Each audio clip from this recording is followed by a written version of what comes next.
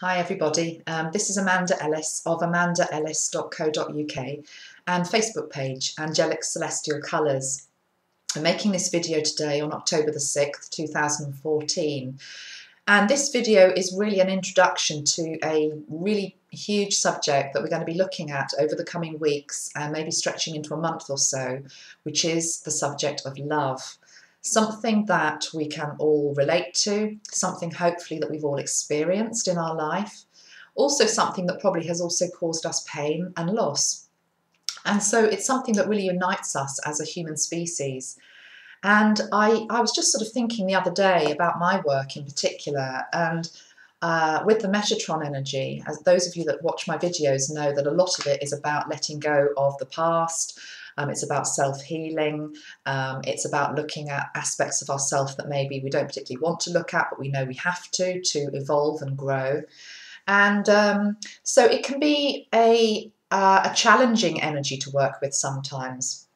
And I thought, hey, what about love? You know, why haven't I talked about love yet? And because Metatron has lots to say on this particular issue.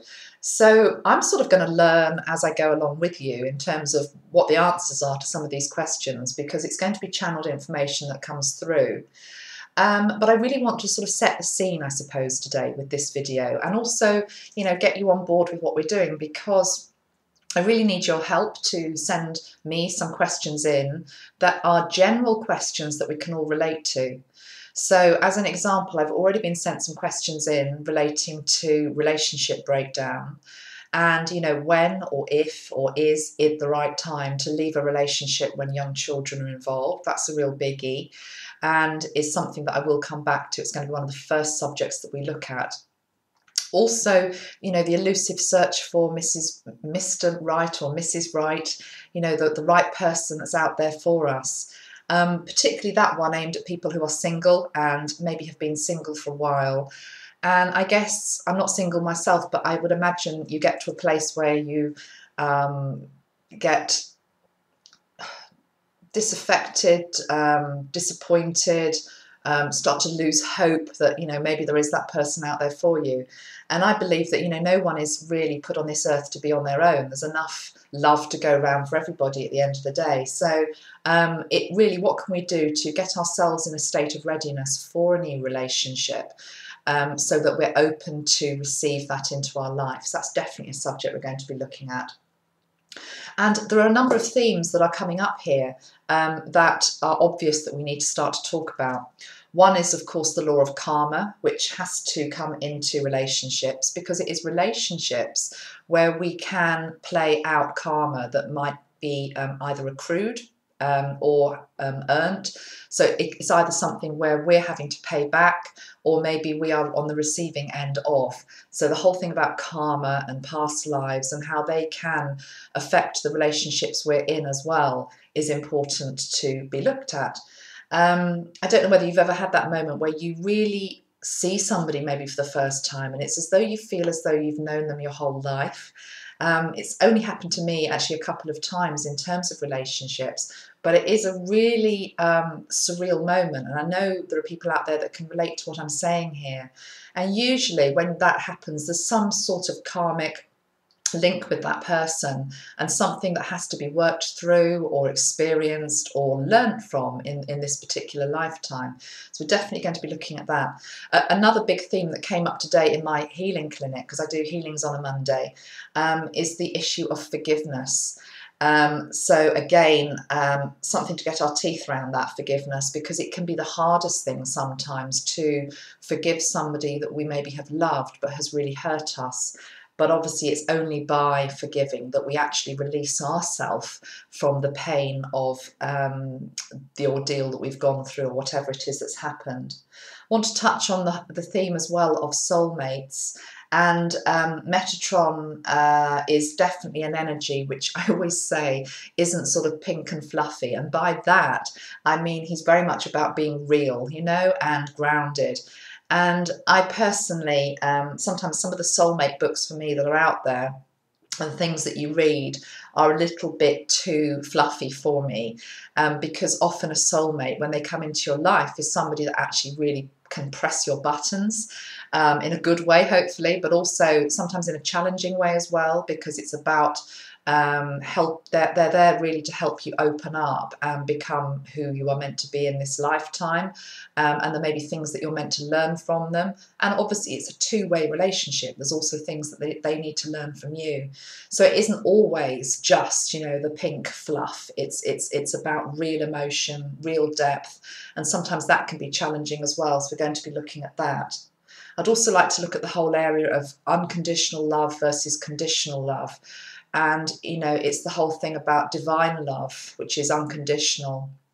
And I guess the closest we come to it in our lifetime is often a parental love. And I know that's not true for everybody, but many people have parents who, even if they're flawed, it's sort of like the tiger cub mentality. You know, if, as a woman, most women would probably give their lives up for their children, because it is just this.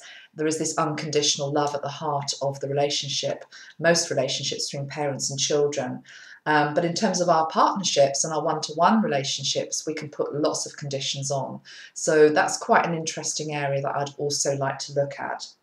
I'd like to hear from the guys that are out there as well, in terms of issues that you have with relationships. Maybe that I'm actually, what I'm being told here is that some people out there that are watching this are in the pattern of going round and round and round in the same old circle. So actually repeating patterns which are actually from the past, or may well even be patterns from childhood that they've witnessed between mother and father, and then can easily be played out in the future in terms of their one-on-one relationships. But it feels as some of you watching this who are, it's almost like you're stuck in that maze that I talked about in terms of my October, was it October or September? It was the October video, that's right. So it's like, how do we find our way out of a maze when we've really got in maybe too deep and we're not particularly happy anymore? So we will look at that. But you can see I'm now sort of thinking, okay, and what else are we going to look at? That's where you come in. So please just email me any questions you have to amandaellis11@outlook.com, or you can leave a message on my Facebook page, which is Angelic Celestial Colours as well. I work with colour, you know that about me, and just to start us off, to sort of get the energy flowing on this huge topic, I've chosen 3 colours today.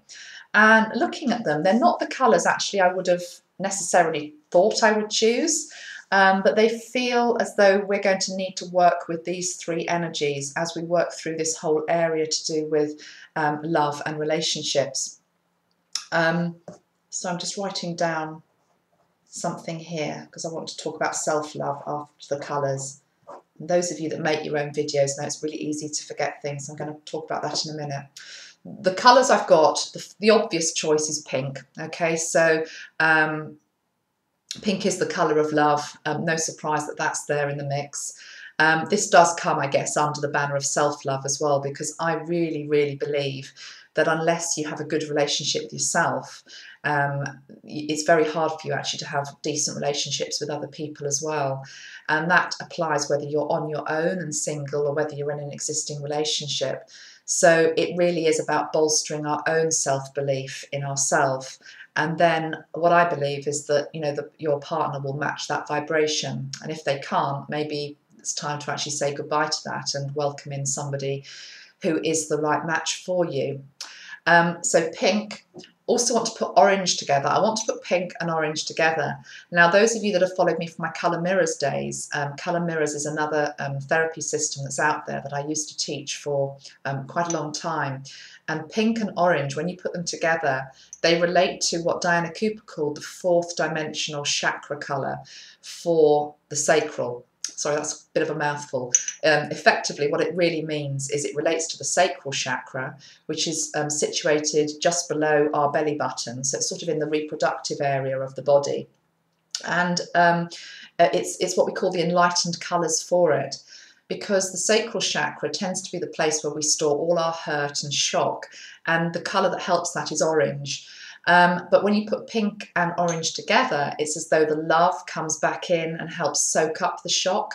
But also we start to get to a place of forgiveness, and we start to understand why it happened in the first place, and are able to let go of hurt from the past and actually get to a state of grace with it, really.